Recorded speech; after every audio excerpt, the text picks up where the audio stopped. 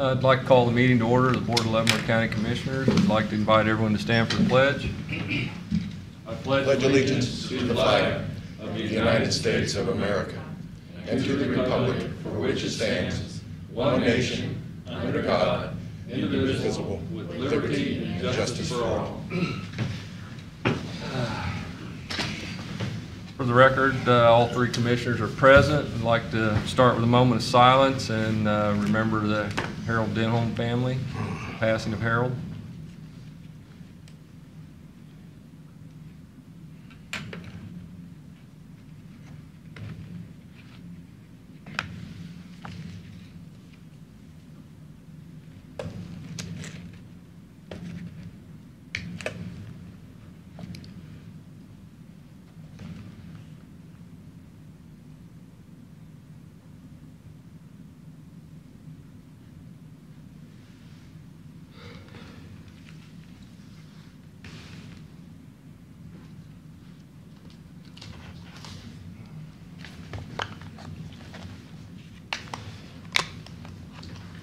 I'd like to start with public comment. Anyone from the public wishing to speak, please come forward, state your name and address.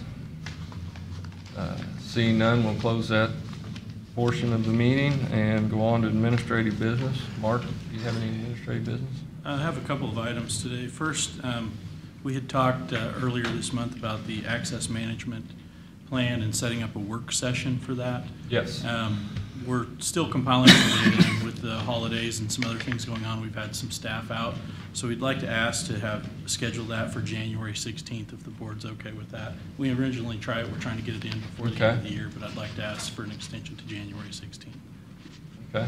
And then we'll be scheduling some other work sessions in January. We'll load up January with work sessions. And January 16th is a Tuesday. Okay. All right, that's fine. Okay. The other one item is the roundabout update. We had originally hoped to schedule a gentleman to come in and give a presentation, but Sarah's here and she can give you a quick update on that. Okay. Good morning. Morning, Sarah.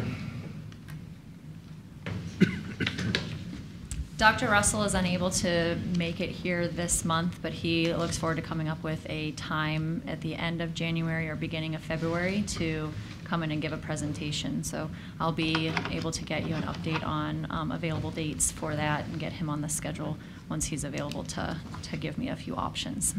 Okay. What's that going to do to our schedule? We have time in our schedule. Okay. As far as the signal warrants update, we do have an update. I received it yesterday. I did send it over to Mark to distribute, so hopefully he'll distribute that today, or if you haven't received it already. It was pretty late last night when I received it. So I would like to request some time to put together a formal presentation for you to explain everything that is in the update. So that way then you have all information at hand to make any decisions that you may feel appropriate. And will Leavenworth and Lansing be receiving that same packet? Yes. Okay. Mm-hmm. Okay. Leavenworth, Lansing, have any questions on this? Waiting to see the data. All right. Okay. You know, and I know everything takes time because, like on the doctor, when I got a hold of you, I said, is this guy any good to talk pro or cons? And you said, he's tremendous. But, you know, as I drive the streets, I've been looking for pros and cons. I receive more pros. And as I research and pull up all these bits of data about an 80-foot wide roundabout is good for 25,000 cars a day. We only have 8,000 something there, and I don't think it's changed drastically. Driving habits have changed drastically. You make it 200-foot wide, and it's good for 45,000 cars. I watch us buying ambulances because they run stoplights. Last night going home, headed west to turn north on 20th Street. Two cars ahead of me. 3 cars facing south on 20th Street, waiting. And I intentionally slow down, extremely slow, so that person waiting to come across can see that light blinking at him. But now we have cars that, I don't know, I guess the signals don't turn on till 50 feet. There is no, if you put it on 100 miles out, it wouldn't blink because it knows it's got to come on at 50 feet. Well, we were going, the other 2 cars were going the same way I was going, slow, and that car sat there, and it sat there. The first car turns, happened to be a she, doesn't matter, could have been a he. Second car turns, that person's still sitting there. I come up and almost come to a stop. I really want to stop and get out and say, you know, but that's an airline signal or an airplane signal. She probably wouldn't know what that meant. That means go ahead and make your turn.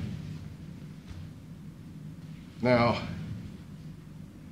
and the car behind me was signaling. We know not to pass at an intersection. Should know, but that person sat there and sat there and sat there. So it's our driving habits, the drugs, whatever it is, this person happened to be talking on the phone. And we know that it shouldn't be done, but we do that because it's very important to talk on the phone. That's the only way we get home. We want to hear that voice. It draws us home, I guess is what it is. But I keep looking at safety. And I had an article here I was going to read. It was out of the Airline Pilot Association. How it has pushed pilots to know the financials of the company, to know the financials of the federal government, who runs what, who's in charge of where. And safety is paramount.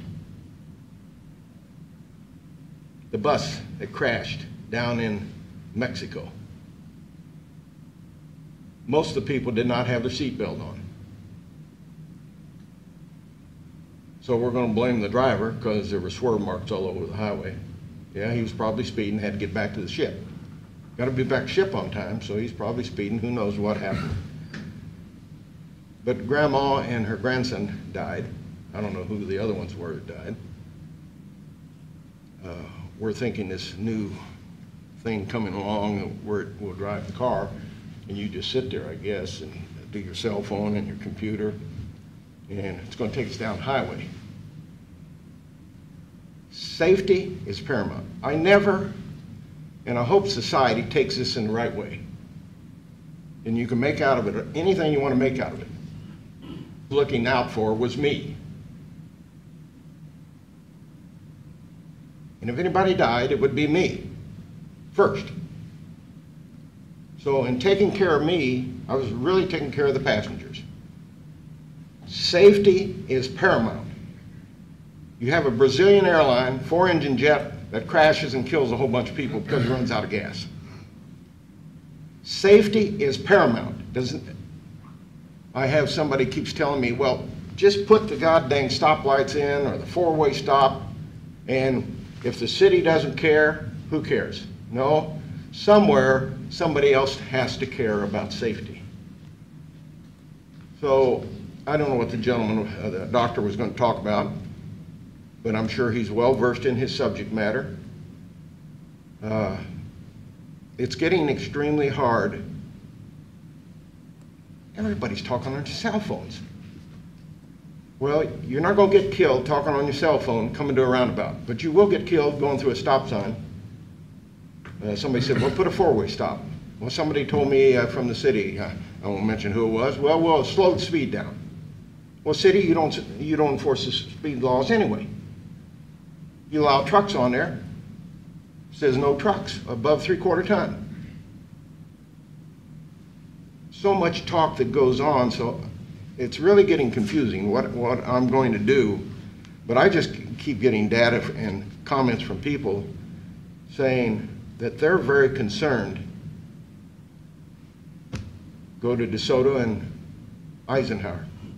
What a fiasco. I don't think this city of Lansing, God bless their hearts, I don't think they can improve that. Right turn, left turn, the left turn lane's going to be very short. So I think people really need to get involved, get out there and drive some roundabouts on an off period. I went out to Eisenhower and 20th Street, no traffic, and I turned it into a roundabout. Thank God the sheriff wasn't there. He would have said, "What are you doing?" But I went out there and made a roundabout about it. On the simple to do. Just drive around the circle. As I say, a cul-de-sac is a roundabout. Well, I didn't know that. Yeah, well, it's a roundabout. So this is important for safety. And if we don't care about safety, then we have a real problem. So if it's all about me, we become a very poor society. I didn't volunteer for this 14 months for all about me. Because whether you people that are observing this dissertation know it or not, I have more important things to do. I don't have we just saw Harold Denholm pass away. Well, I'm not much further behind Harold. I happen to be in better health. There are more important things than worrying about, I guess, somebody dying at Eisenhower and 20th Street. No, there isn't. So people, you need to get involved.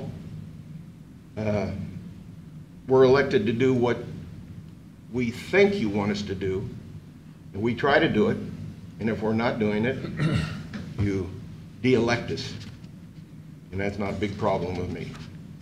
So I would like for people to get involved in life and not dancing with the stars and survival and the other things that are entertaining them, because government can be enjoyable.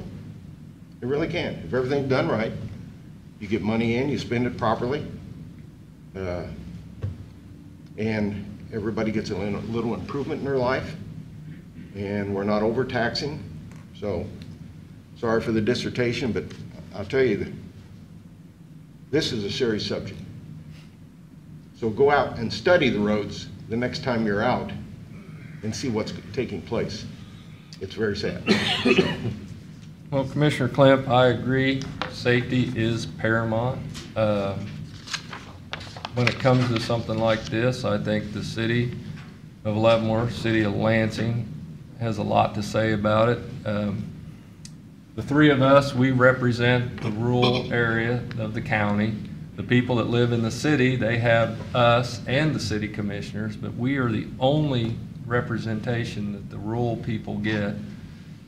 And overbuilding a road right now is taking money away from the secondary roads, is the way I see it. So if you've got 8,500 cars a day at that intersection and it doesn't warrant a traffic light yet, I don't think we're near warrant a roundabout yet. Now, this is my opinion, and I don't want to overbuild anything for something that's going to happen 25 years down the road when we've got secondary roads that need improved now. And I also think the cities, Lansing and Leavenworth, should have a lot to say about this, and we should listen to them, as well as the professor that's going to give us his opinion. But does anyone from the city wish to speak at this time? Mr. Presker?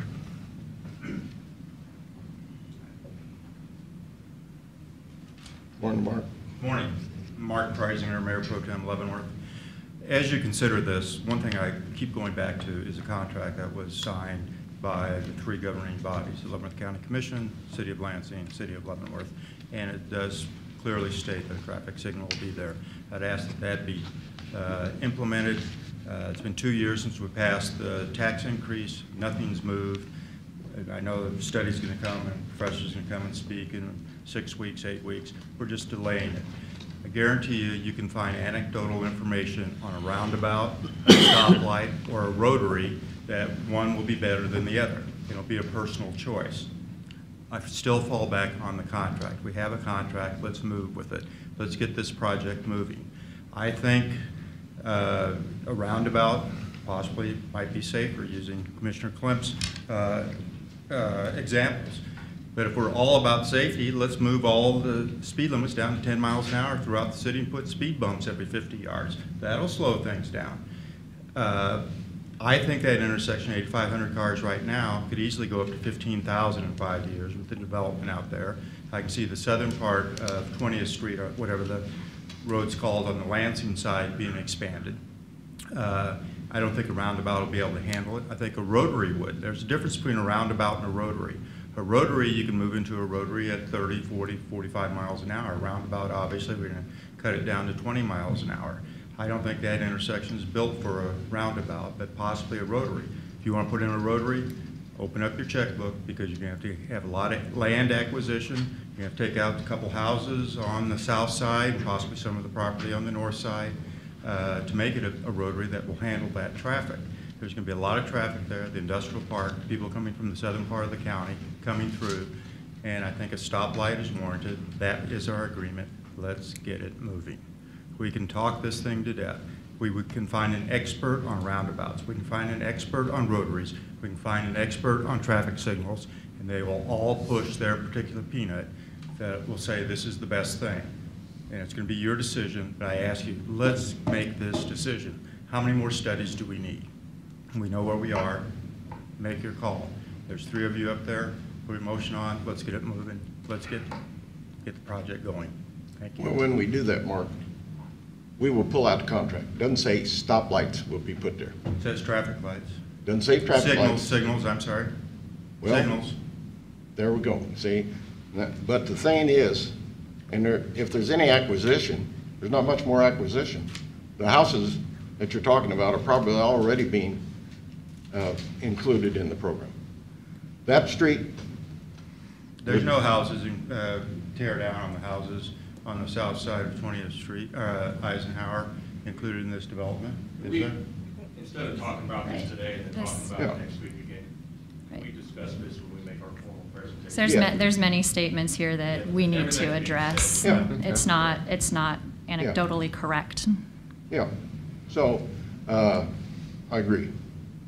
When we get into that, the contract will be pulled out, everything will be gone through, they'll give their presentation, and we can do whatever we want to do according to the contract.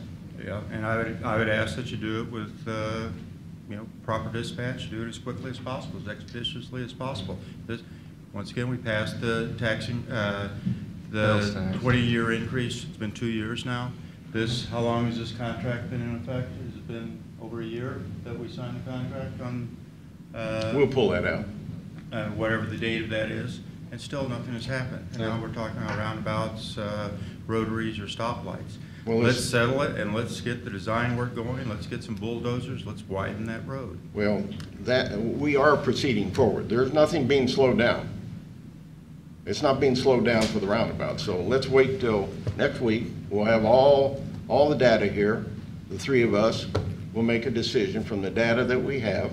It'd be nice to wait for the professor, but there again, somebody could go get the other side or in the middle or somewhere else and come up with another thought process. But I think the professor's just going to be good if we do it or if we don't do it, to give people some satisfaction. I agree. That's his specialty. That's his skill, and I'm sure you can find someone on the opposite side with expertise that will can argue the other point, and then it's going to be a decision on your part to get it done. And I just hope that that decision is made very quickly, and let's get this project moving. So this isn't the discussion point of every county commission and city commission meeting for the next 3 or 4 months. Seeing bulldozers out there, getting the road prepared is what the people want. That's what they voted for. One of the 3 tenets of that tax, 20-year extension of the county-wide property tax, and I think they are saying what's going on. So I ask you to do that. Well, I'll go on record as saying I will support the city of Leavenworth in whatever decision they would like for us to make, because I've got enough roads in the county to worry about without worrying about an intersection in the city of Leavenworth.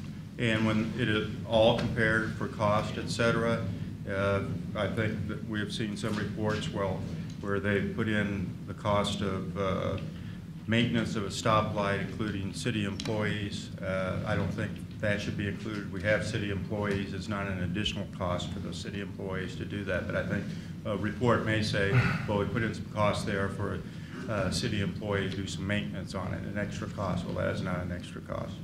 And about the intersection at Shrine Park and Eisenhower DeSoto Road, I can't speak for Lansing, but I know that in their presentation that they're going to start expanding that this spring.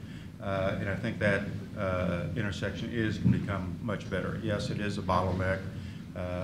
We made some adjustments about a year or so ago to put a left-hand turn lane in there if you're coming west, because otherwise it was backing up all the way down past Armed Forces for people wanting to turn left going into Lansing.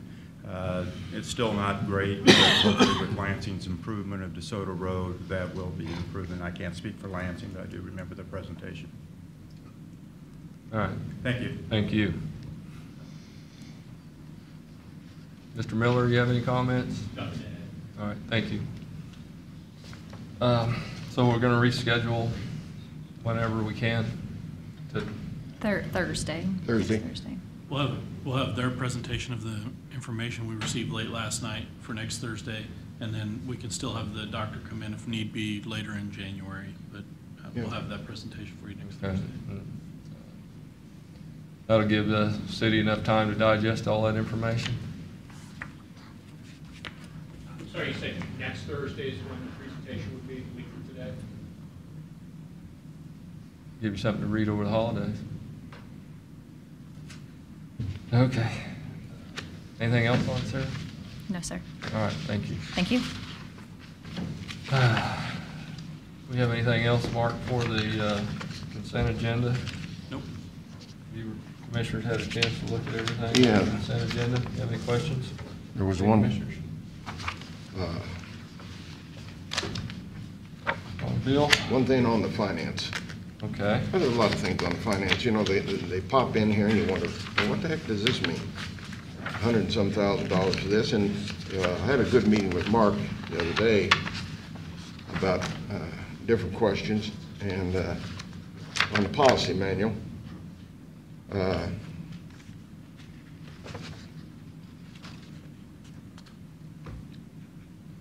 ran into fuel bills.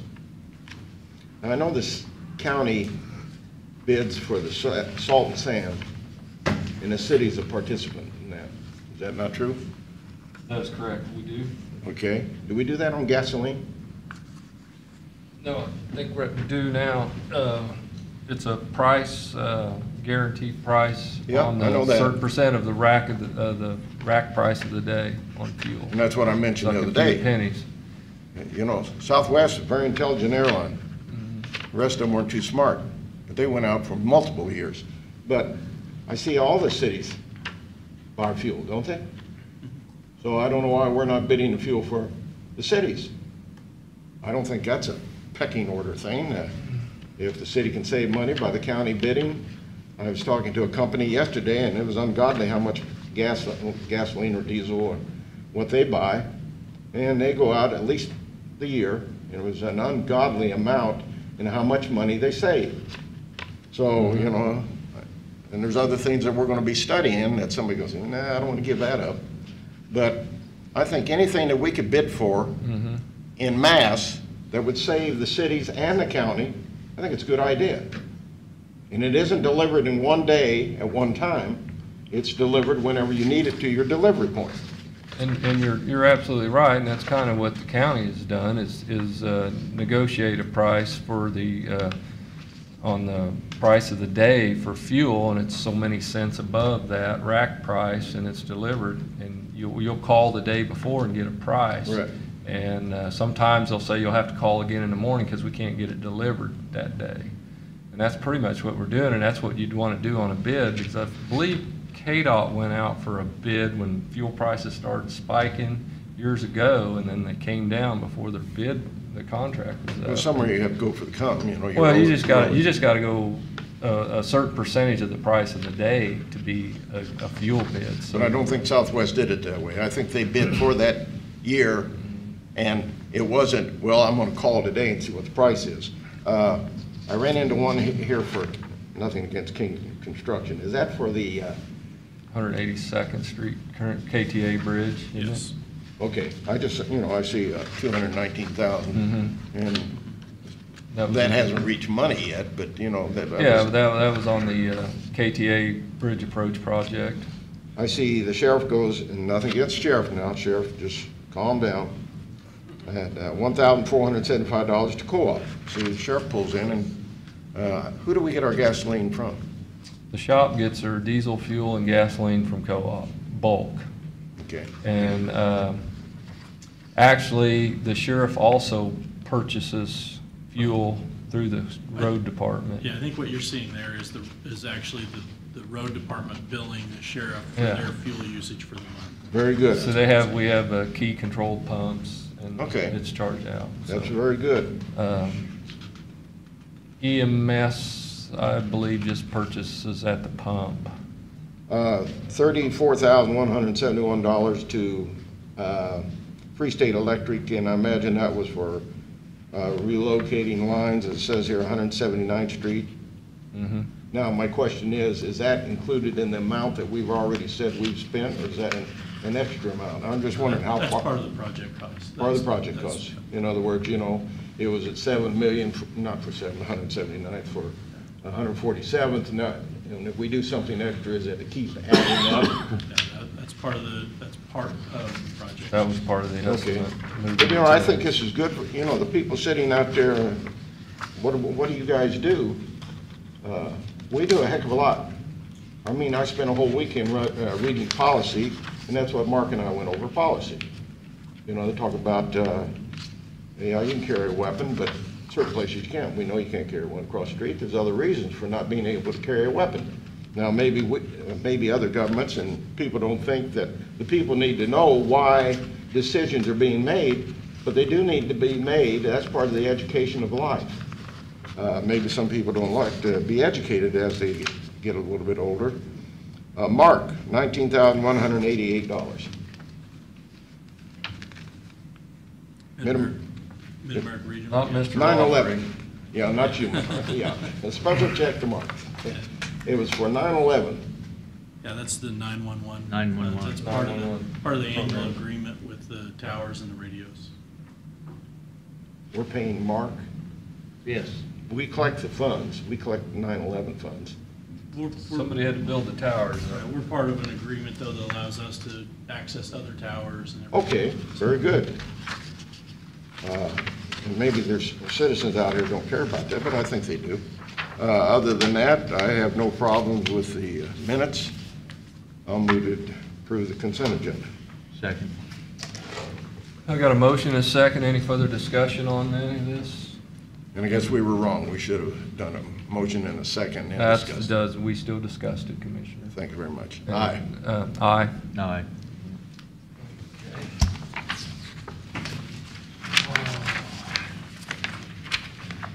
We got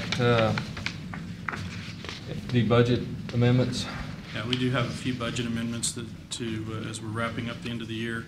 The county clerk not be here today, so she asked me to cover this, and I Okay. told her I would. All right. They're pretty straightforward. The amendments we're looking at are primarily due to debt service and debt issuance timing. But we have solid waste. We have a budget amendment, and again, that has to do with the tonnage that we're hauling. It varies from year to year. They make their best estimate, but at the end of the year, we have to adjust it based on actuals. So that's one of the amendments.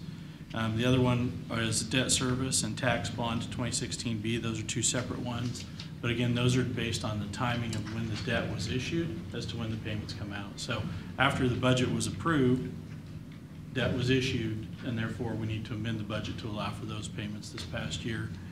And then sewer district number 3, that's just an amendment actually because we ended up having a public hearing that we hadn't originally budgeted for, so there was advertising.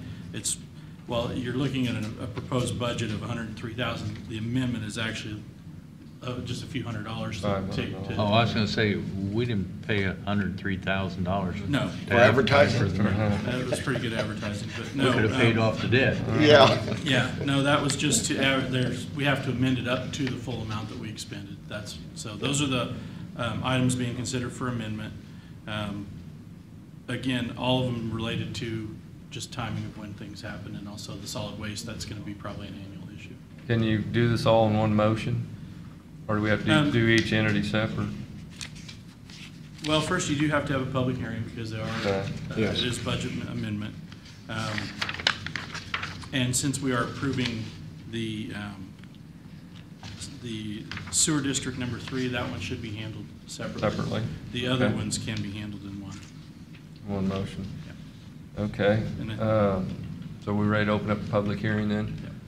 I'll open up a public hearing for budget amendments for solid waste, debt service, and the tax bond for 2016B. Anyone here wishing to speak on any of these? Seeing none, we'll close this portion of public hearing, and I'll entertain a motion. Do you want discussion first, or you want motion? I'd rather have a motion, and then we'll second, and we'll discuss Okay. it. Well, I'll do a motion to accept the amended budget report. Second. Got a motion and a second. Any discussion? Yes, sir. As I was reading through this, and I do read through everything I get, Well, I appreciate that, Commissioner. yeah. Why don't we have adopted 217 after amended?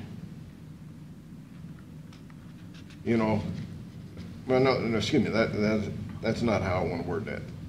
Prior. Prior to, when I look at this, I say, well, it was adopted at 217, now we're going to amend it, but as the next sheet, there was where we are, we're adopting a budget, and then we're proposing a budget. Can we not reverse those? What they're showing is what you adopted previously and what the request is to amend it to. Yeah, but I'm proposed. on the second page. Yeah, Yeah, that's this one here, because down here it says watercraft. That was my next question. We're going to propose a budget, and we're going to discuss it, then I think we're going to adopt it. So personally, I would like to see what we've adopted first. I know I can compute my mind over to that degree, but is that a big deal? You're proposing a budget, and the clerk comes in, and everybody comes in and gives their... We have an adopted budget for 2017. That was approved last In year. 2016. In 2016. Right.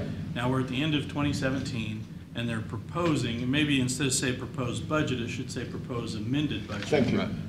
Very So it's good. just a Yeah. clarification on the heading. Yeah, So, because The there's proposed is actually the proposed amended budget. there's a lot of things that come in here for these people to remember that you deal with every day. And it makes it simpler for the next people that come in. Now, let's hit watercraft. Do we have a boat? No, that is a tax that's been collected. It's a new tax. It's collected like motor vehicle before. You have like a 16-ton truck that collects differently. Watercraft was just amended and added to the collection of taxes. And that was So it's a 200, specific line item. that was It's also- $14. Well, I think it's also, the watercraft are also eligible for refund if they're sold throughout the year where they used to not be, didn't they? No, no, I can't get one sold. So, there's, God bless it, sort of like horses, you know, you feed them, but at least a horse you can get some loving from. Boats you don't get any loving from, you just get another bill. That was my only questions I had. Commissioner Holland, you have any questions on this? Okay, so we have a motion and a second. Aye? Voting, aye. Aye. And then for the sewer district, I think it would be appropriate to Okay. convene as the sewer district board of directors for the public hearing. All right, Yes. we are now in the Board of Directors of Sewer District. We are going to open up public hearing for the budget amendment. Anyone here wishing to discuss anything on Sewer District 3? For or against? Any questions? Seeing none, we'll close this portion of public hearing and go back into the Board of County Commissioners. Well, I'll move to approve the amended budget for the sewer district number 3. Second. We have a motion, a second. Any discussion on sewer district number 3? No discussion. I'll call for a vote. Aye. Aye. Aye.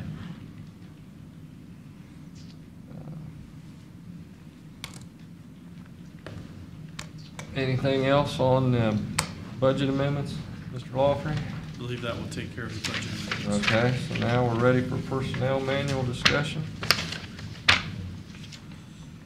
Yes. Does this require any signatures anywhere? Or? For the budget amendments, Yeah. yes, we'll need. Okay. If you look, there's a page number 1, there's an area for the, Oh, governing body to sign. Okay. All right, we'll get that later. I guess, can we have a question on that? Yes, sir. Why do we need the whole governing body on some things and that's, others? that's a state requirement. Okay,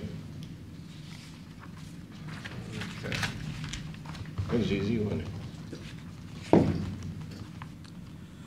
Are we going to go through this page by page, or just what we had? No, any sir. questions I do on? not intend to go through this page by page.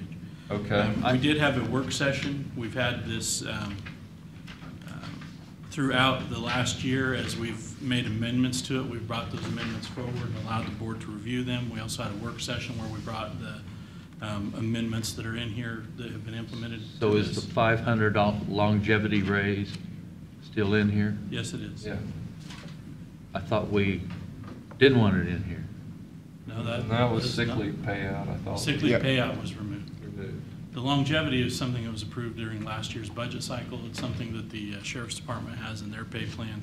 We proposed it during the budget cycle. We've had for all these employees. longevity pays over the years, and it seems like that every time we have one of these, and it gets time for someone to get paid, pretty soon, the next commission comes in, takes it away.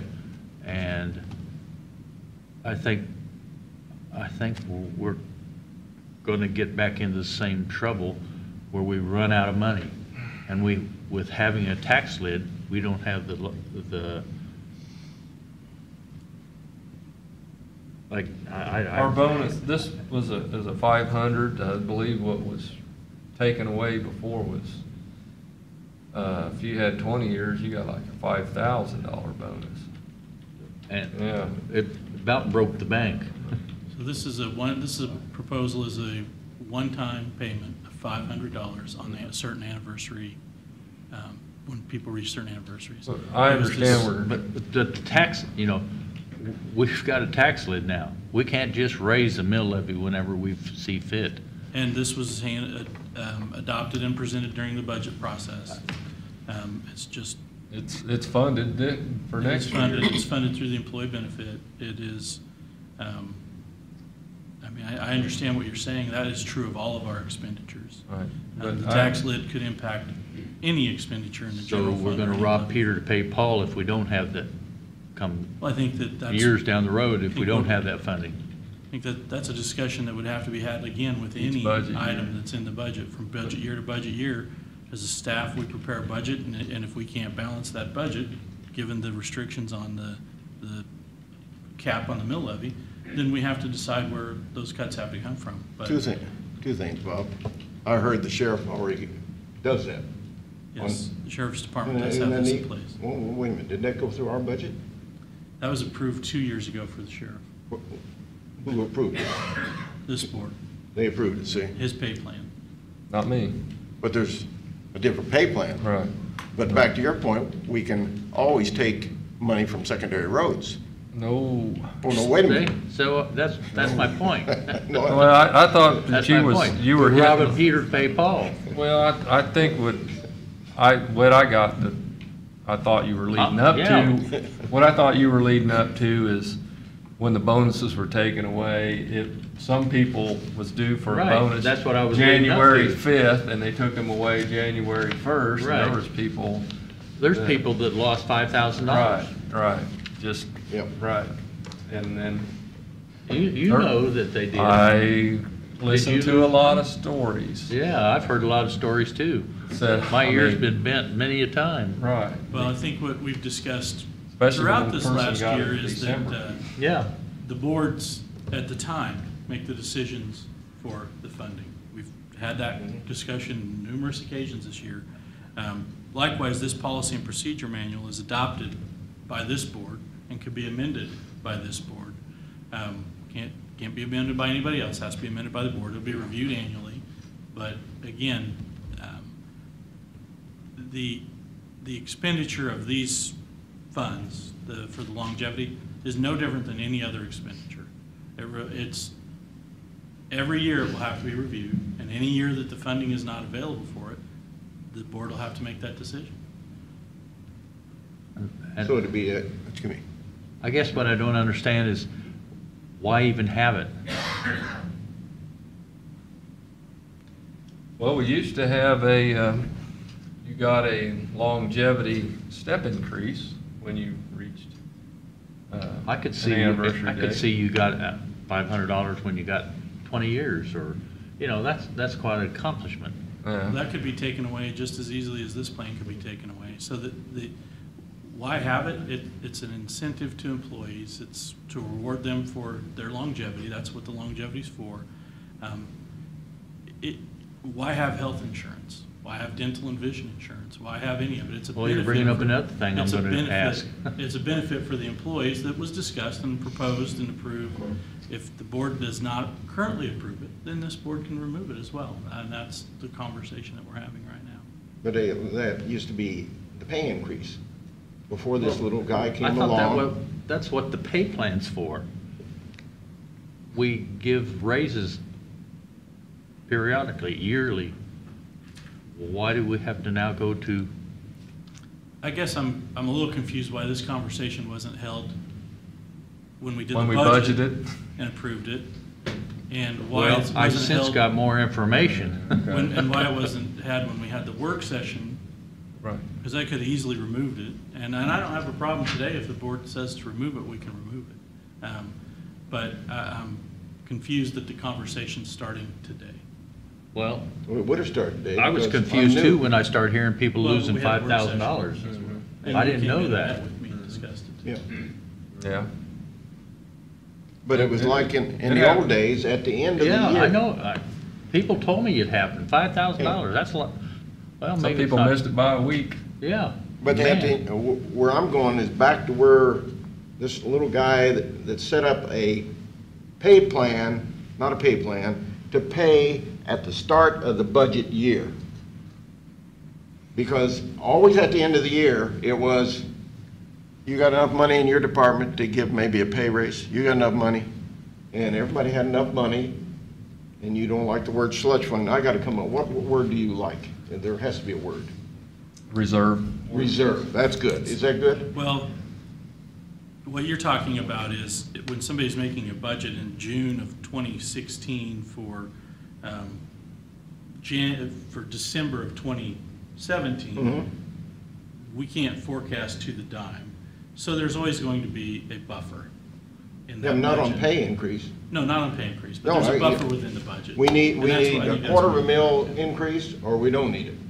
That's Answer simple. me a question then. If you're saying that department head presents its budget, we approve it. Then they come to the end of this year and they've got, we've got this pool of money. Aren't they supposed to refund that back to the general fund? It's not an option It's for not, department it's head. not mandatory, but they No, can't. yes, it is they're mandatory. Yeah, supposed it to. is, Bob. They should do that. Any ad In valorem fact, fund. I talked with one department head, and they do that. All department heads do that. It's not optional for them. Any ad valorem based fund at the end of the year, and if it's part of the general fund, it doesn't matter if it's Public Works Department or the Board of County Commissioners, any unexpended funds at the end of the year carry over into the next year to the cash carryover for the general fund. If it was another ad valorem fund, it would be the same. It's all handled the same. There's Right. Now, do we set aside money into capital improvement reserves, into depreciation reserves? Yes, we do. And those are set aside, but those are still controlled through the budget process. But Road and Bridge has levied funds. But the money stays in Road and Bridge. Right. So if in Road So and we Bridge. can't take it out of Road and Bridge. No, you do It not. needs to be transfer- rolled over into Road and Bridge. Road and Bridge fund. Which it does. It automatically happens. We It's are a- not the Bank of KDOT here. We We don't, want to. I thought you Since- were. I'm not. No, we not want trying to, we to- want that money to roll over and David can put it into a bridge not- fund or. Not to pick on Public road Works, but let's improvement. just say in Public Works in the general fund, they have $100,000 left over at the end of the year. That automatically goes back to the general fund's cash carryover, which is used in the next year's budget process. So they don't get to keep that money. We do not want to, yeah, we don't want to short anything out of the Road and Bridge Department. No, I mean, that we've- money stays in. We Road and funneled Bridge. enough money out of that over the years and. Carries over. So are you wanting to do a motion of something, or you want to leave it like it is? Yes, I'd like to take the $500 out of this. Okay, that's a motion. That's a motion. I'll second that. All right, so any further discussion on that?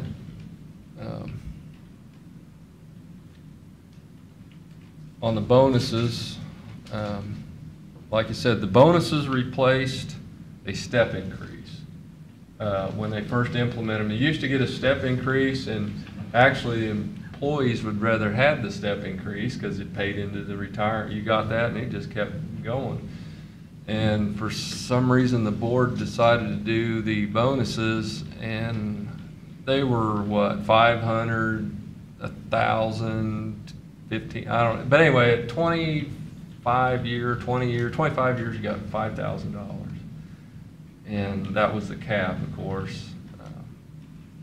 And I don't remember why they, well, I guess we had some economic downturn. Right. And had we some couldn't economic afford it, or the downturn, board couldn't is what afford I it. looked into and found. Yeah. And that was part of it. Yeah. But there's still the fact that We have a tax. some levy. people lost $5,000 on this. So why do we want to build up their hopes and say, oh, you're going to get this 500 longevity raise, and all of a sudden comes along, boom, we don't have the funding for it, we got to take it away. And here we go back again.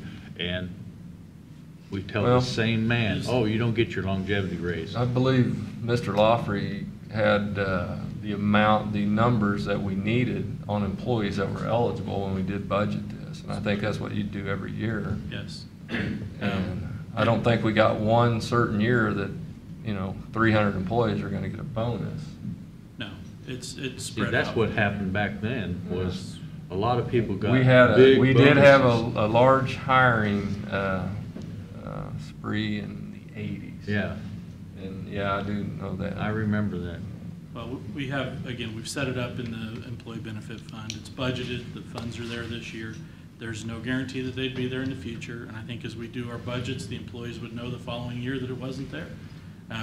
But again, this board has the decision to make, and if they do not want to provide Well- longevity payments, that's, So you say it's budgeted for this year, but how do the people know that maybe are going to be due for this longevity raise next year? And then we come up and say, oh, we're not budgeted this year, you don't get it. well, again, it's what I have already said, which is that's true of any expenditure. Right. We may not be able to provide health insurance at the level we're providing it, and that may change. It's not an entitlement. I mean, you're not entitled to it for life because we approve it today. And we have to evaluate every portion of the budget every year. And if something changes and we can no longer afford it, then that's just part of it. Is it tough for the people who were going to get it in 2019 if we don't approve it in 2019's budget? Yeah, it's tough. What Mark? about all the people who we don't approve the health insurance increases for if that changes? I'm not saying that is, but what if it does? Definitely something to consider. You're looking at something administratively. There are roads out there that have been promised that they were going to be done by a real estate person. Has nothing to do with government. Somebody said, well, I think it's in the plan. That goes into the mind. It's in Right. the plan that we're going to do that road. No, that isn't true. But people get to living on those beliefs. I'd much rather be giving to as decent a salary as we can give at 50%, it's really less than that, untaxable, as good of fringe benefits as we can give, and anything that would attract good employees. I prefer that direction more so than bonuses. Well, I think the longevity is designed to maintain good employees, to help encourage them and reward them for staying on as long-term employees. That's what all the benefits are for, is to attract and maintain and retain good employees. So, yes, wages are there, but this is just part of it. And it's something that the committee that was formed to review this, is that they chose that they felt it was important to recommend. So a committee representing the employees of the county made this proposal, and because they thought it was important. That's why it's in this book. So I'll call for the... Well, I just, Can I make a comment? yes, sir, you can. You were a county employee at one time. Yes, And you still remember am. you remember back in the day when the county commissioners voted to take away sick leave buyback. As of 10 o'clock that day? Yep. Yeah, I think I remember Remember that. that happened? I do remember that Remember how many happening. long-term employees had worked for the county for years with that Anticipating the sick leave belief. They thought payout, they would get that as part of their and severance they package. did but not that give was- anyone a chance to retire. It wasn't a January 1, it was as of 10 Oh, yeah. o'clock today, we no longer pay out sick leave. Yep. That right there, to me, was the county turning its back on the long-term employee that had not used their sick leave through the year, because they were healthy, didn't take off when they had sick kids, but they came to work. But the county turned around and kind of slapped those people and said, we're not doing what we told you we'd do for all those years, we're taking it away. Mark's absolutely right. When you take an employee today that's coming up on that year when they get their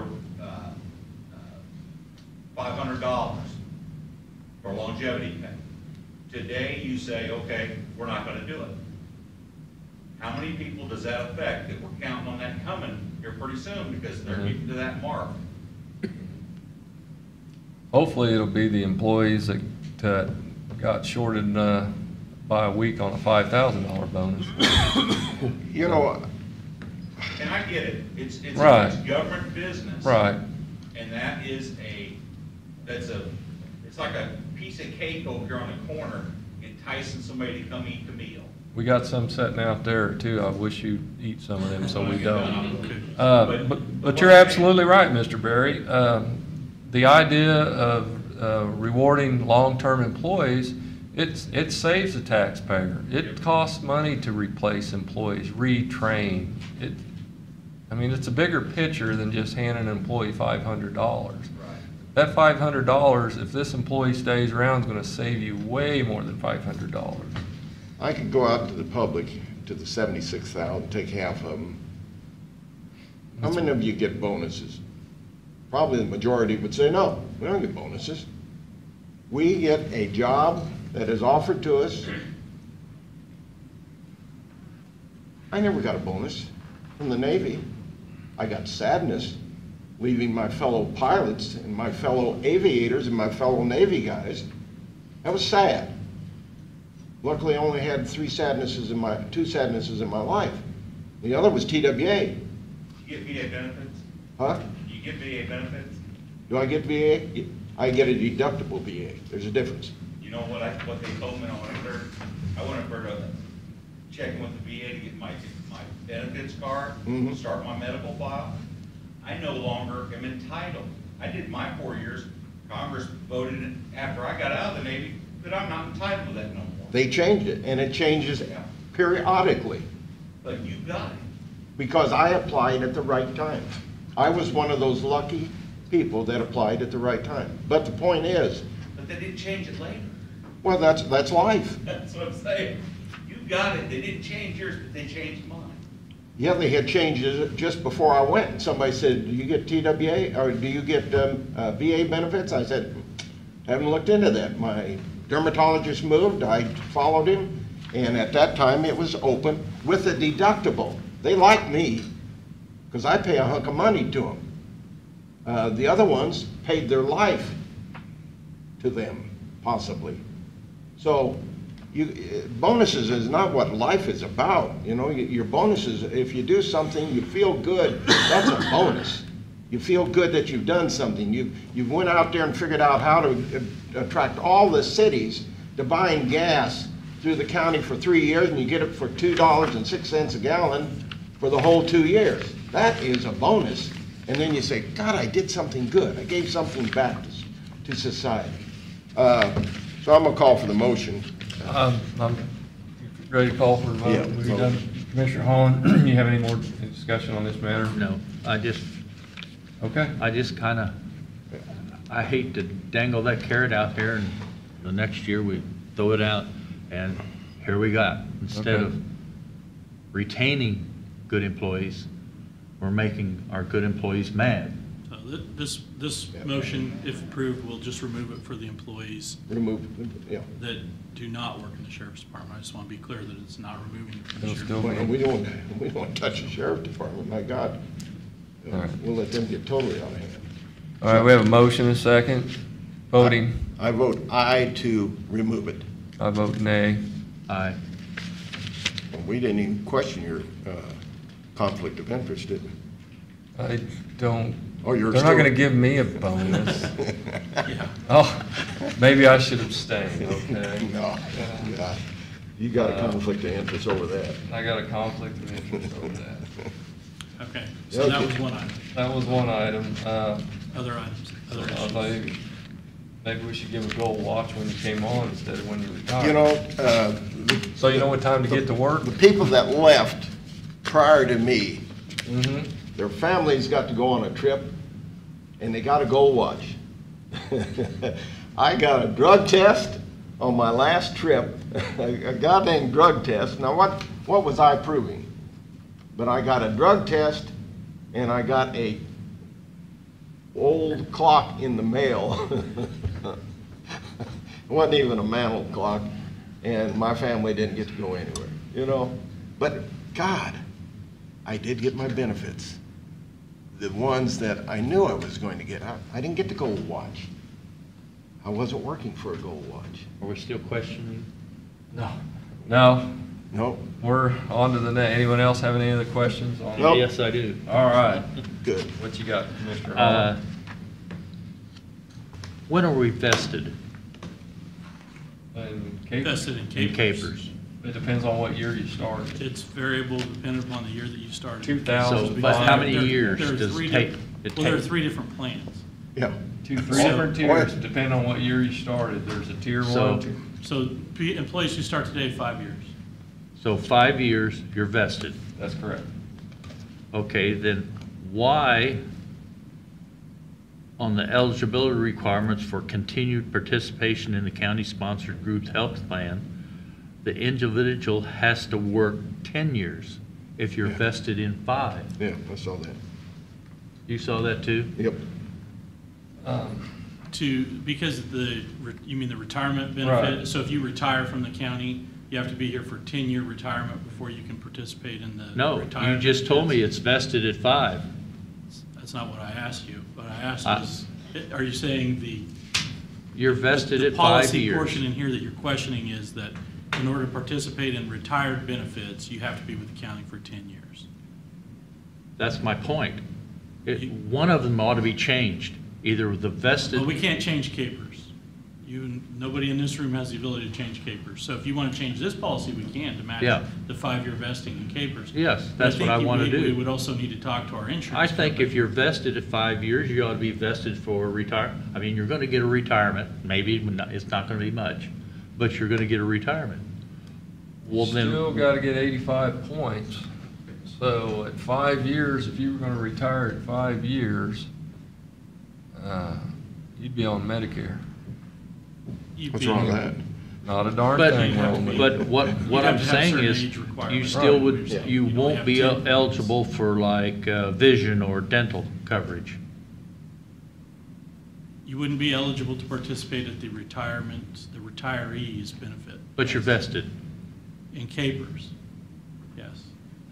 but you can't participate in it after you retire. Under Cobra you could, but no, under the retirement plan you can't.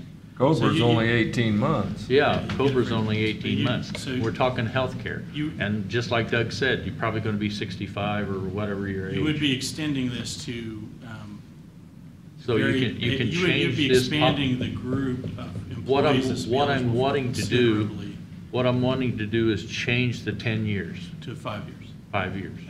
And it's part of our policy. I would have to check with our insurance company to make sure that they would allow that, Okay. Okay, but I believe it wouldn't be I a think- problem. yeah, because that was a question I had, because, I mean, Well, you're right, Commissioner, because you got 5 years in, and you can buy your military time. Right. And if you're, Well, you could but have it's come still from gonna be another- pretty tough to get Well, that 85. You could have come from another city or something. You could already have your 85 points via another route. Well, but you'd Work still for be us at for 4 or 5 Capers. years. Okay, yeah. So, Yeah. I mean, you Yeah. could have another route. Okay. I get Alright. the point. So if And you this is- transferred to the county and you didn't have 10 years, then you wouldn't be eligible. right. Which would be something that's, I think that when Tier 3 came in would be, well, actually, even back in 2010, I think they made a change where you Nine. invest after, 09. was it 9? July of 09. Where you invest after 5 years. Mhm. Yeah. So this has been ongoing for 8 years. It's been this way. So I think we can change it. I would want to verify with our insurance company if it Okay. created a problem. see, they make those changes, just like Social Security and everything else, for their benefit. They don't make it for the employees, you know? Right. 3 levels of capers, right? For the people that are workers, for the police and fire, and for the judges. There may be another one out there that I don't know. No, we're just talking about regular. I know Kansas that, I know what we're retirement. talking about, but I'm talking about the changes. Why should the judges have something different? It's sort of like Senator Schmuck from Louisiana. He has this beautiful retirement that he's protecting, and the rest of us have Social Security. See? Congress got the same thing. That's what I'm saying, Schmuck from Louisiana. Government employees, they got a whole different retirement. Whole different retirement. Oh, yes. Yeah, see, it's all done for political reasons. And they're not paying 80/20. Right. So he's gonna check Mark, that's If- our first, Mark. Does the board want to make that change? I would like to Do go you need a along with that motion thought. on that, or can we do a consensus? Well, do a motion to I remove. think we'll do a motion. I'll make a Alright. motion. Second. What was your motion, Commissioner Hall? Okay. He seconded it so fast, I couldn't hurry.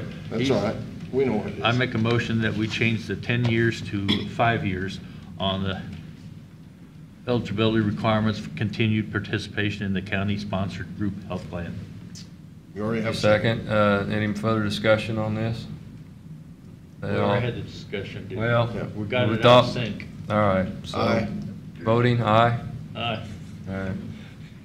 I have a curiosity on that. If I had 9 years, or Bob had, or you had 9 years, By your military time. well, no, we'll say Mark didn't have any military time. I don't have any military Oh. time.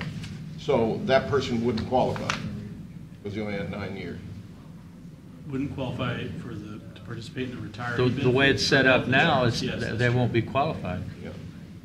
That would be true right now. Right. So- If we change it to 5, they'd be eligible. Very good. That's sort of like they're able to take it with them, whatever they put in there. So, okay.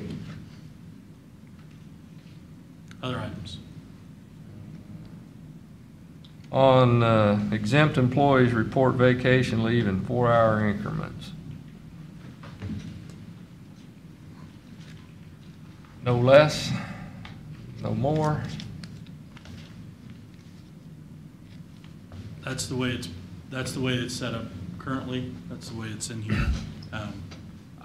All them years I reported 1 hour annual leave, 1 hour, Were you a salaried employee? I was. I don't know when or if that changed, Okay. how it would have impacted. It changed when he became a commissioner. It's been, well. Yeah, I guess it did. I know it was an existing policy. Okay. So I I was don't- I always, don't know how I long was it's been always that. told, and I was always charged if I was gone a half hour, even though I may worked overtime on the weekend or whatever, And you did. and I did. But whatever. That's what. Wish I had that job now, but that's all right. Now you get less pay and more Yeah, headaches. yeah, I don't yeah. know, maybe you can switch with him. Yeah.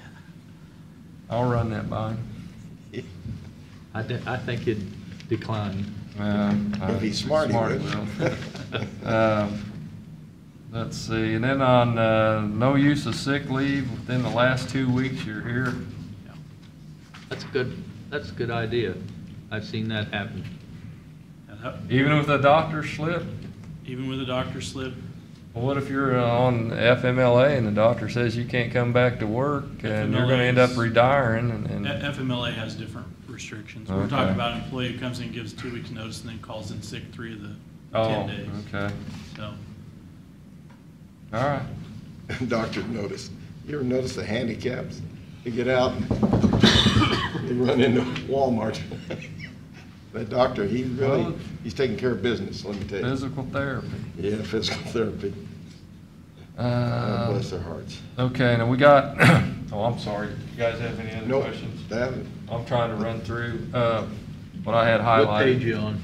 I'm on page 16 about department directors are authorized to grant up to 8 hours administrative leave for their staff. You know, we're getting into the season where we'll close the courthouse, and that'd be considered administrative leave, like, correct? well, like. If it snows, I mean, if Yeah. it snows, Are yeah. we closing Friday? This Friday, tomorrow? Yeah. No. Could have swore I saw a sign coming in that the treasurer was gonna, I is think the it's treasurer the closed? 29th. The 29th. 29th, last Oh. day of the, yeah. I just glanced at it and I thought, are we closed Friday? No, that's next Friday, Okay. well, not tomorrow. we don't have to be here, Oh, okay. so, Well, Yes, yeah, but so that would I do want to administratively- be on call if I have to be here. That's an example of administrative leave is when Yes. you close for snow. right. Or another example would be, like, let's say out at the annex, the heat went out, and you couldn't, the building was, But the departments that have to work, do they get to grant another 8 hours administrative leave See, that was it. to the employees that have to work? I think that's addressed in there, in here. Okay. Just wanna How- make sure. How shift workers are handled under those situations. Well, some of them's not shift workers, it's like, Well, say Public the Works is necessary- out there. We're necessary- hoping Public Works won't be on administrative leave when we're closed because it snows. right, And we don't want to get penalized for it. that's addressed. That's addressed, okay, all right. If you'll name your pages as you come to them. I kind of got out of order. I do have another question when you get to it. What page? I don't know what page it's on. It's got to do with the smoking, tobacco use. You're not going to start, are you? No. Okay. I don't chew, I don't smoke, I can't say I never chewed, I have, but that's eons ago. I think this has more to do with people that work out at the county shop. Okay.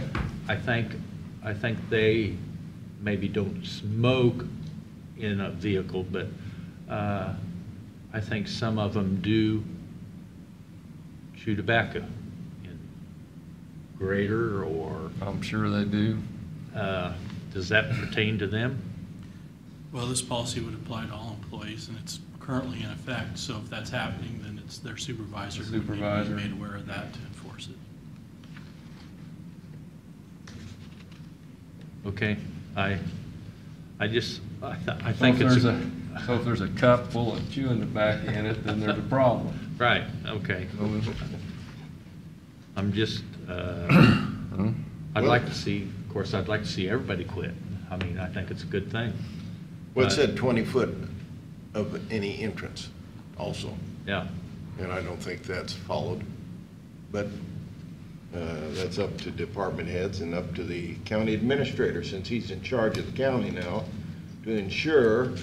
I do like the thought that they can't put their cigarettes or cigars or whatever out on the sidewalk, and looks very unprofessional, but I'm glad to see that in there.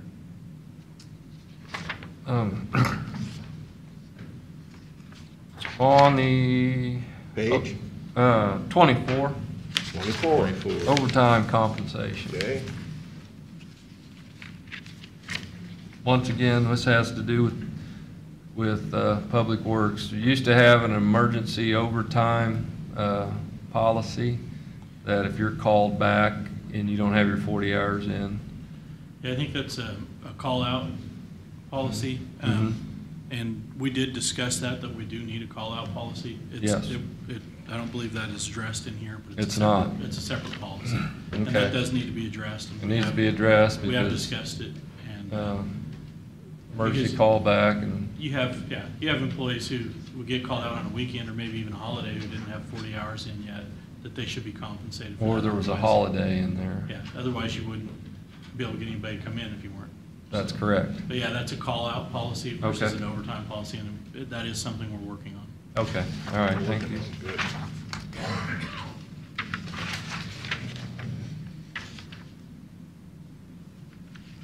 Oh, on your same page 26, tobacco use, which I had highlighted. Yeah, I'm at that now. Record security and records retention. I don't think we're going by the record retention. You know, it's fine just to storm down in the caves and never look at them again, but there are rules and regulations that say how long you retain. Yeah. I think somewhere you need to write that on your little cheat sheet there, that we need to look into destroying records we don't need anymore. Yeah, so Good there, idea. 30 years, isn't it? there are certain records No. that have different regulations. Yeah. Some of them can be destroyed after 2 years, some of Yeah. them are lifetime, you have to retain them, especially employment records. It's up, the county clerk is the records officer, so I will discuss that with her, but you can always keep them longer. It's just what you're talking about is we probably have records that are stored down there in the salt mines that are, Right. we could have gotten rid of 15 years ago, but we haven't taken the time to go through the. It does take time. So it does take some time, but I will discuss that one. Thank you. Name and page, we're going fast.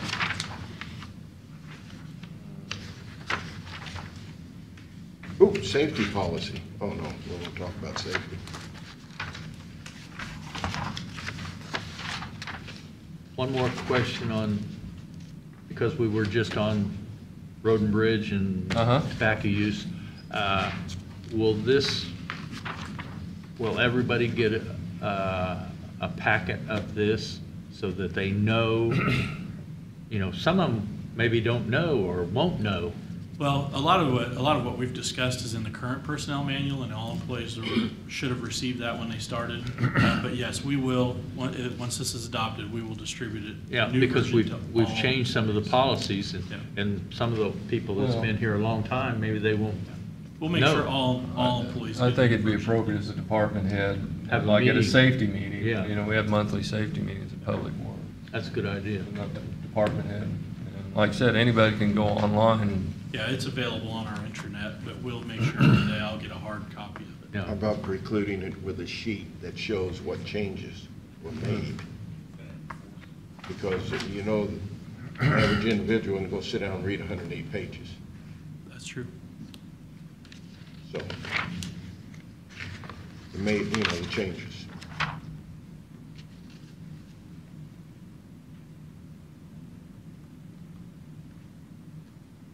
$34. oh, I'm ahead of you. Better go back. you're ahead of me. Yeah. In my discussion with Mark, it doesn't really bother me that I don't sleep at night, but it says Leavenworth County recognizes that employees are our most valuable asset. Without the taxpayer, there are no employees. So I don't know how we can incorporate that into the thought to where we're living that thought rather than just saying it. We know employees and good employees are very important, but taxpayers are extremely important. So I don't know how we can convey that. Do you want that in a manual for employees? But it's something that should be conveyed all the time, that the taxpayer is extremely important. Then nothing more needs to be said on that. I don't know how we just, 35, let's talk about drugs. This system doesn't even know what drugs are about. You know, you post-incident, this and that. Somewhere there needs to be some, other than the fact the road grader guy has an accident and then he has to go take a test. Somewhere there needs to be something where all of a sudden your name is drawn out of a hat and you go take a drug test. The employees that hold CDL driver's license are on random. Yeah, probably are, and they should be. But I have a CDL driver's license. Me too. So feel free to call me for a drug test. Yep.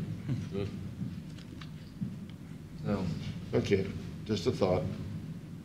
I know what you're saying. You're saying that employees that would drive county vehicles should be subject to random drug tests? And all of them at any time, peers can, you know, they can come out of the treasurer's office, out of the human resources. Right. Anybody that would use a county vehicle? Yes. Anybody that drives? Yeah, there's some recent, more recent than maybe you're aware of, that federal law that has changed that you can't require employees to do random drug testing unless there's a specific reason for it. And it's not that you don't, the reason isn't that you want them to do the testing, but so there are certain restrictions on who we can require to do random drug testing. Well, how about you looking into that in great detail? Because what bothers me is, okay, I take a vehicle and I go out and have a wreck, and I was never concerned about drug testing, and now I've got to take a test, and well, I'm under drugs. So now the lawsuit says, you know, well, this is not information maybe to be revealed, but now the lawsuit comes out, and it's a big lawsuit because we were not drug testing, we were not doing this. You know, the system's run by the courts, it isn't run by drug testing. So, but just a point, not to get into hours of dissertation. If you check on that, we can always come back and change that.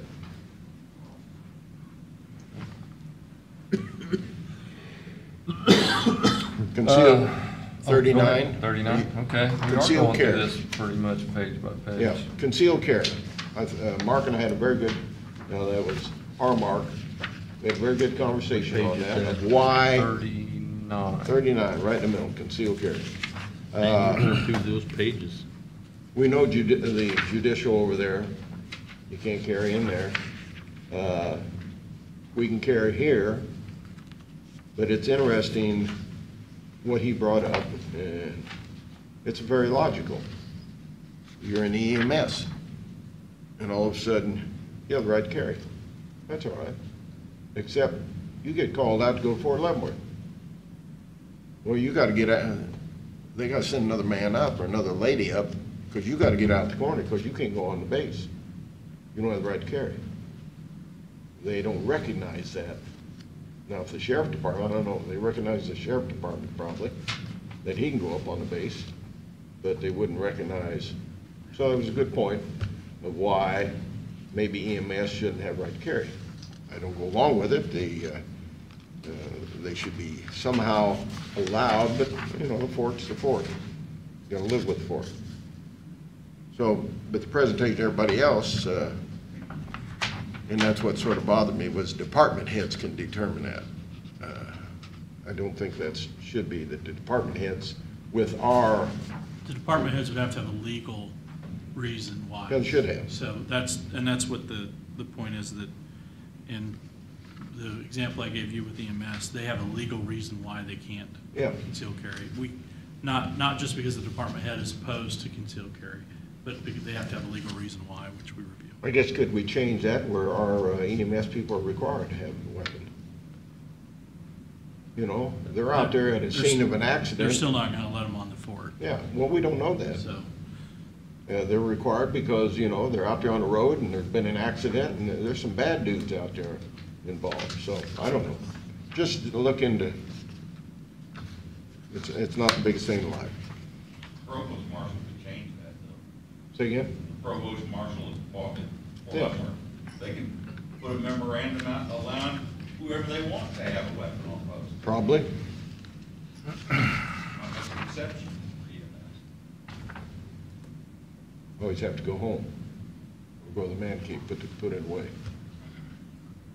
Special trip, just waste of gasoline. Okay, anything else? One, this, next page, we're going fast. Okay, what page? I don't have, I had political activity, but that's not a big deal. Okay, 46, I had media relations. Mr. Lawfrey will be our public information officer. Right, but he's also working on something to curtail rapid involvement or movement without prior permission. I know that's a little bit in depth for you, I John. think what you're talking about is an access, where the media is allowed access and where they're not. Right, Mhm. So, and Mr. Van Paris is reviewing that right yeah. now. So, say you need to make a press release and that we approved it. So you can go to the Leavenworth Times and release that information. Yes, yeah, I could do that right now. What Commissioner Klemp is referring to is when we have a hot topic on the agenda and we have 3 news stations come and set up their cameras in a room and block access to the general public and create maybe a fire hazard issue. Those are the things we're trying to control, as to where they can set their cameras up so that we don't block access to the general public or create a fire escape route issue. Or storm this Or platform. kind of, yeah. Okay. Not you, John. Okay. Any next? Anybody got a next sheet?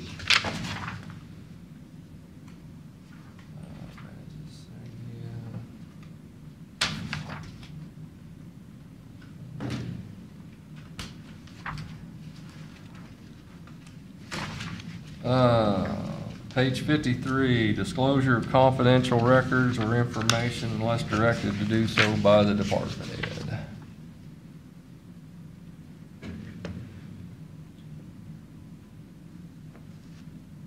I had that highlighted. What do you want? Make sure it doesn't happen. Okay. And what do we have in place so it doesn't happen? We got a county administrator who's going to enforce the rules. Okay. Well, I think that's the point. You can't, I mean, there's no way to completely stop everything from happening. What we're doing is putting them on notice that if it does, it's a violation, and could be result in termination. Okay, that's what I wanted to hear. But it will be, not other possibilities, but will be determined, they will be terminated. It'll be reviewed and determined on a case-by-case basis. See, that's what bothers me, because there's no real action there. In several places, and I think that's one of the things we talked about, it's always up to the discretion. I don't see too many people fired from from civil service type jobs, you know, where you're working for the government. You know, you go from one of the primary investigators for the FBI and you go to human resource. I don't think that's a proper position because of your abuse of what you were doing in your office. Now, that happened to be at the federal level. People get retained and then they're able to retire early, or, you know. I think if you violate the rules, that we're gonna show leniency, because it always comes back to bite you. Well, the last one you didn't fire, you know, why are you firing me? So I think it ought to be a little more severe rather than saying case by case. But if another member of the board, that doesn't bother, because I'm looking at something here, it says unauthorized or unlawful possession of firearms or other weapons on the job, you know. I mean, if it's unauthorized, you're gonna do it on a case, well, I had my gun with me because I was doing this and this, but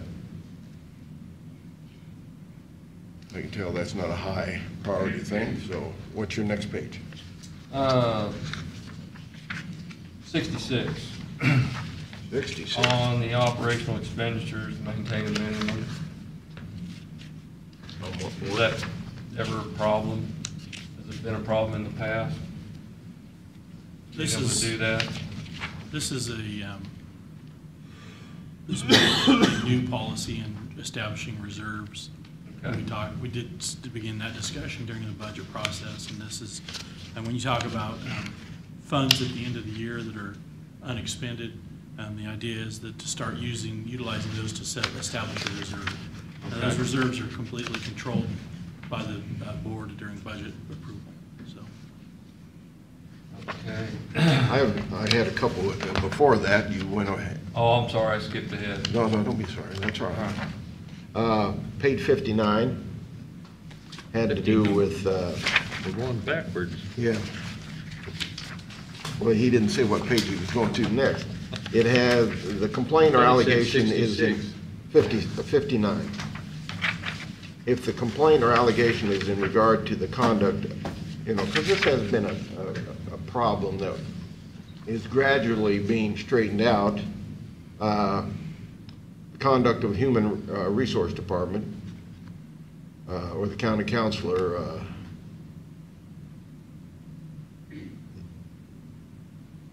you know, Human Resource Department, yeah, but we're designating, it sounds like we're designating certain departments here,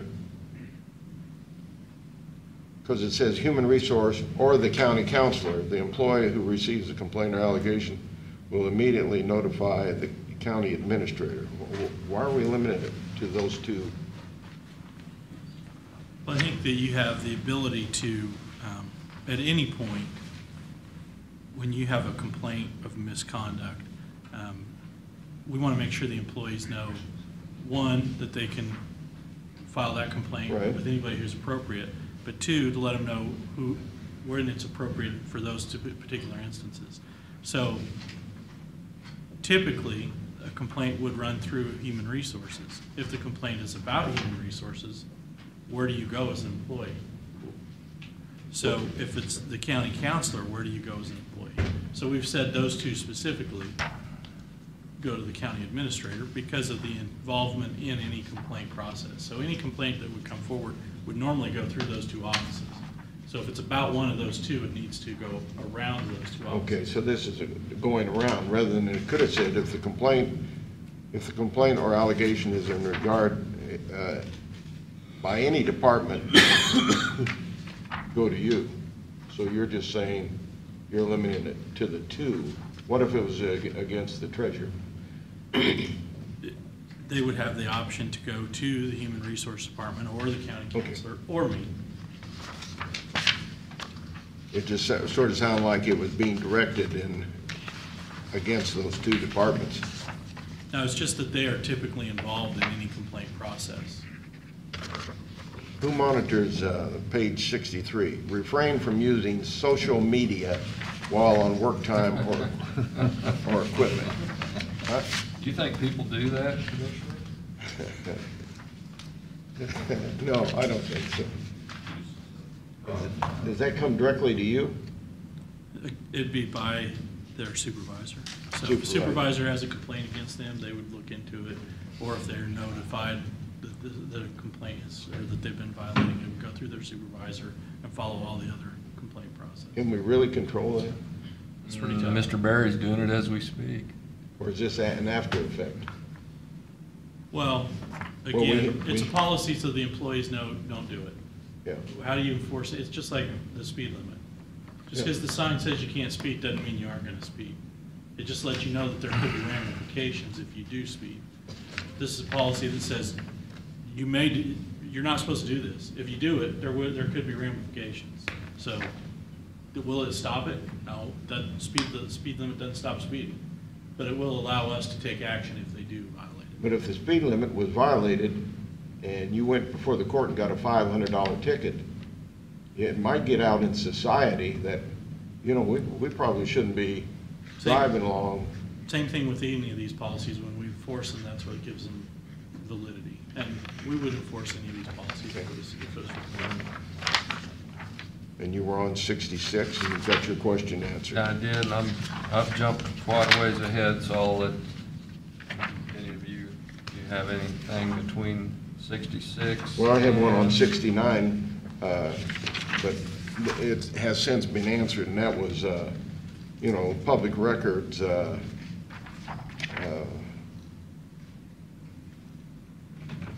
Do we have that many people requiring public record? I guess it has increased probably. Over the last year, yes. We get Yeah. our share. Yeah. Because it used to be, of course, it's a moneymaker, really. You really can do it. Time consuming. We don't normally make I don't know money on about it those. being profitable. Well, the city does it. I think guarantee it's a profitable. moneymaker. We ought to have the papers have to do that. But we got a good paper. And you jumped ahead somewhere. Quite a ways ahead, I'm actually looking for Ah, the something. purchasing cards. Purchasing policies. what I Yeah, was wanting to 73 be. is what I'm looking at. Okay. Purchasing card. Oh, no. Any misuse of the county purchasing card program will result in immediate Like we passed discipline it, purchasing up policy. to and including termination. And I know Dennis is gone, and I heard his story that one day. Well, I just got a hold of the wrong card. Well, that's probably true. But I don't think that is the Here's reason. section 2, purchasing procedures. Yeah, I'm on. Because if somebody 70. overlooks it, Yeah. and the $200 charge goes, and nobody catches it, Oh, it'll get caught. It'll get caught. now it will, yeah. But it should never have happened in the first place. We shouldn't have to be catching somebody accidentally using the company credit card. I don't have a company credit card, you know, but I am the company. But means you probably got too many credit cards and you don't keep them separated. You can keep them separated, you know, one part of the billfold, I other mean, part. from the So employee's perspective. I think it ought to be a little more than just possibly disciplined or. Well, again, I think that we had this conversation, and I Yeah. said there could be very different issues here. If somebody accidentally uses it one time, and we say, hey, don't do that again, versus somebody who's done it 2 or 3 times, Yeah. and it appears to be intentional when it's always right before payday or something like that. Mhm. Different situations which would require different enforcement. What page you on? I'm on page 70. I'm back on procurement of goods. Oh, I know we do a lot of, you know, state procurement contracts, stuff like that. And we're talking about our fuel. When Commissioner Klimp was talking about bidding fuel, we had an adjoining county, it's been several years back, that they were bidding fuel every time they got it. And then wintertime came, they had contaminated fuel in every one of their sites, including where their ambulances fill up. And there's a snowstorm coming, they had nothing that would run. And they couldn't trace it back because they used so many different vendors, you know, because they never run completely out, they're topping everything off. And that's kind of when the county went to using one vendor and negotiating a price for so many cents over the price of the day. So I don't know where you was going with your fuel bid or what you thought, other than maybe, like you said, getting the cities, all the cities together and doing yeah. one But it'd still have to be, and try to use your local vendor and negotiate a price for the price of the day. Well, no, the price of the day does not have to enter in. No. It's at 206 today at a couple of stations here in town. You know, you go to a vendor and say, hey, this is what we want, and we're looking for your bid. You go to the other vendor, we're looking for yours. We want it for a year, we want it for 2 years. And we've already taken our pen and our pencil, and we've sat down there and figured out, well, it hadn't been at 206 too long now, about a day or two. Before that, it was 213. Then it was, you know, last year it got up into the threes. You sit down and put the pen to it, and that's what it's going to cost a gallon for a year or 2 years. And they're going to deliver it when you ask for it. So 2 years ago, it was $1.85. But I We'll take also, Yeah, that's right. we put out for a fuel bid one time, and we got people to respond all over the United States. And I'm sure they would have just called down here to the Kansas City, Fairfax area and had somebody deliver it. the distributor down there, yeah, that's a distribution point. But we also have local fuel vendors that pay taxes in the county. I Yep. think it's, But that's what the bid's for. I just noticed a bid, it was in the paper on the school district, and, no, it wasn't, but it wasn't, John, it was not privileged information. It was, they awarded a bid on fertilization and taking care of school process, the yards. And the low bidder got it. Well, low bidder was significantly lower. And so, you know, it was a good bid, and it's a Well- reliable contractor. You know, you're not gonna go with P&D oil supply that nobody knows. You might be going with, and I think on a lot of our stuff on using the state procurement contracts is a good thing, but you also should check it once in a while Yeah. too, to make sure. Because I know metal culverts, we bid them and we get them a lot cheaper than off the state contract, because, Yeah, a lot of times the state contract requires statewide delivery. right, that's So what I'm if you're- saying, they if may you're have a to vendor deliver. in Western Kansas, you have to take that in consideration when you bid. You Right. might have to deliver those to Eastern Kansas. So Right. sometimes, you're right, you can get those, you can get some of that stuff locally at a better price. And you do have to check it. The nice thing by using the state bid is you can use that as your baseline. Then you can call a local vendor and say, hey, what kind of price you give me on this set of 4 tires? And you can look at and see how it compares to the state. So, And we probably should do that once in a while just to yes, check it. that should be, yep. Because, and not just that, not just tires, it's anything. Yep. Vehicles, if you use a state contract, or equipment, if you use a state contract. Like I said, it's a big state. Yeah, well, and also that's nice that information is open. And like when you do a sealed bid process where nobody knows until it's open, you can call the local vendor and say, hey, I can buy it from the state at this price, can you match that? So that's. But that's if another it's way to over, use the if it's state. over the threshold of paying on the 25,000, then you have to bid it anyways, don't you? Yes, Very few vehicles we buy is under 25,000 anymore. especially ambulances, 156,000. My Okay. next page is 84. What's your next page? I was up there and I went back, I'm sorry.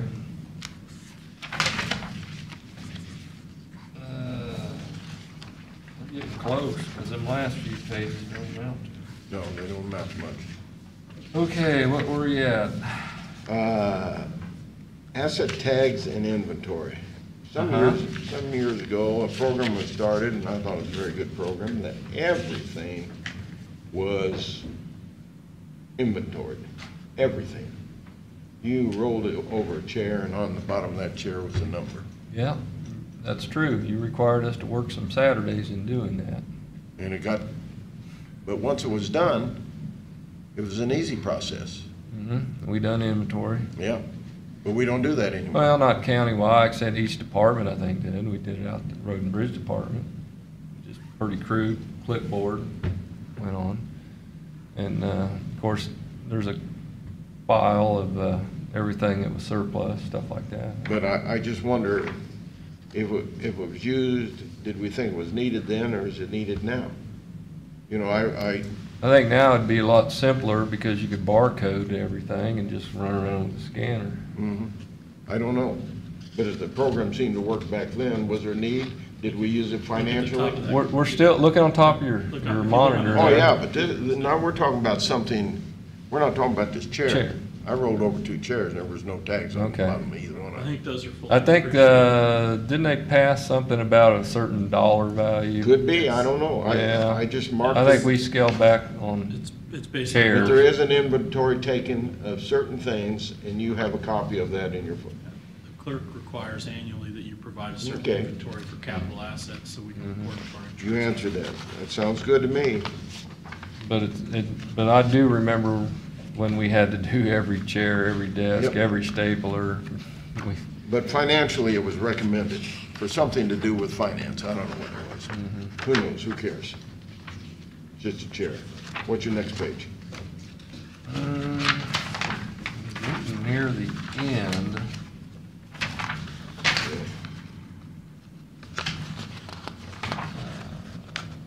Oh, we were on grant. I had something on grants on page 92, I believe. There's approved one and all new grants, any grant renewal,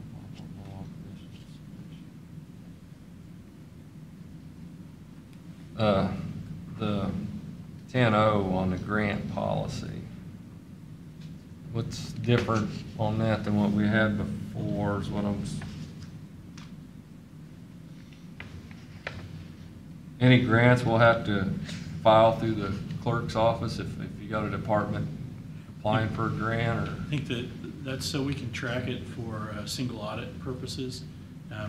That's if you because receive the grant, or if if you you're just, receive it. okay, this is just if you receive it, not to get the clerk's office blessing to go out to apply for a grant. No, it's just so you Okay. so they can track it because when you do your single audit, it's based on the total amount of grant money received. So if you're close, you want to make sure you didn't miss it, even if it's a $1,500 grant. If you miss it and it would push you over the threshold that would have required a single audit, that's a problem. Oh, So we okay, just want to make sure okay. you're notified. Is that all departments have to, All departments should be notified. even elected officials? All departments. Thank you. Cell phone, 93, cell phones. Okay. I think that had to do with that other subject that was brought up. For cell phones, I have a policy that you have a lunch break, and you have a break in the morning hours and the afternoon hours, and that's when you use your cell phone. Now, I know they're violating it. And it's a touchy subject with me because there's a lot of reasons why. Do we enforce a cell phone policy, or is it just there? You're talking about cell phone usage Yes. versus the acquisition of cell phones. This particular one that you're looking at, the cell phone policy here, is how we go about acquiring who's eligible to receive them. No, this said while driving. Right, What- well, that's a countywide, you can't use your Yeah. cell phone, yeah, refrain from. I'm just talking about not It's- everybody drives. I'm sitting there in it's hard to pick an officer without them thinking you're picking on them. Let's pick on the Stipend for a Well, you can pick on me. smartphone, I mean, I have- 103. no, I don't pick on you. No, Okay. you're not pickable. You're just, no. I'm gonna pick on the county appraiser. Did you upgrade it, get Larry to set it up for you? One of the ladies sitting in there, her phone rings and she picks it up and she's talking. Is there a policy, something that controls that, or is it just, because it isn't getting any better. Right. And I'm not blaming the people necessarily, I'm blaming the system. The system is not getting any better, we're getting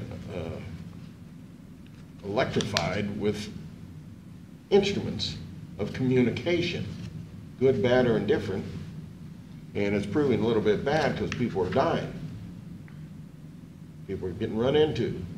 Used to be in the old days, you know, you were worried about drinking your cup of coffee, not what they call it, but, or you had even guys, and we're not picking on gals now. Everybody hear that? We're not picking on gals.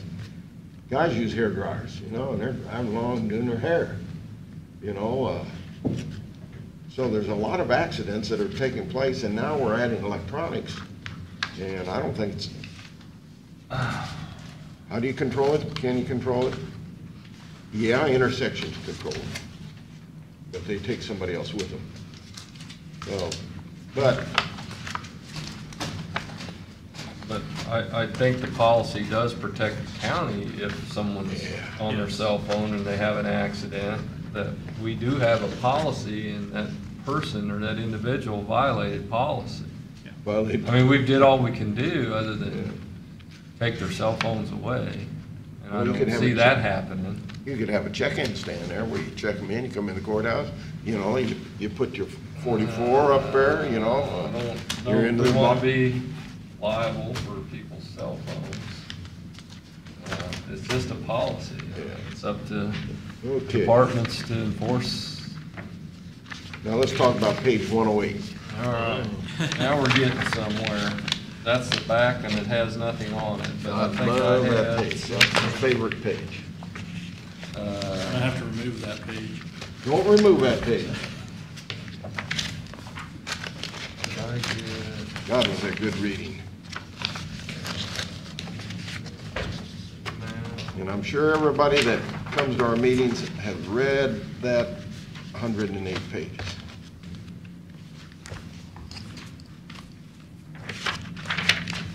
Oh. So what are we wanting? A policy to approve this with With all the changes? the changes? I'd like a motion to approve with the changes. And the changes were removing the Remove $500 longevity. bonus. Change the participation for the retirement to 5 years from the 10 years. I will move to accept the policies and procedures with it's two changes, right? 2 changes. And one is the removal of the bonuses and the, what was the other one? Change the retirement Yeah, participation to change 5 the years. retirement participation. Have a motion, we have a second. I'll make that motion. You made the vote, I just need a second. Oh, second. Do you have any further discussion on this? Other questions? Did you want to do the motion? I'll do the second. I don't care, whatever you want to do. We're moving right along. We'll Aye. call for a vote. Aye. Aye. All right. Is there anything else for us? No, thank you, I appreciate that. So I know we'll that get was a big document, a lot to go through, I Well, appreciate there's it. two things that are coming up, So right? we'll get a new copy of Family this with all Alliance, the, Yes. is that next week too? It's up to Yeah. them when they want to come in. Oh, should okay. only have We're to trying do the 2 schedule pages, so Right. just keep compliance this. can- Family Alliance and, But mine got out of wasn't there order. something on the Port Authority or LCDC on their budget? They did ask to be placed on an agenda. I've asked them for a formal request. Okay. Typically, before we put something on the agenda, we have a document that's making a request, so the board has something. Okay. Otherwise, they're just showing. up. Briefing report. Yeah, briefing report. So I've asked them for that. They just Okay. notified me yesterday that they wanted to be on the agenda. Very good. Okay, motion to adjourn, Adjourn. voting. Oh. Second? Aye. I didn't mean to do that.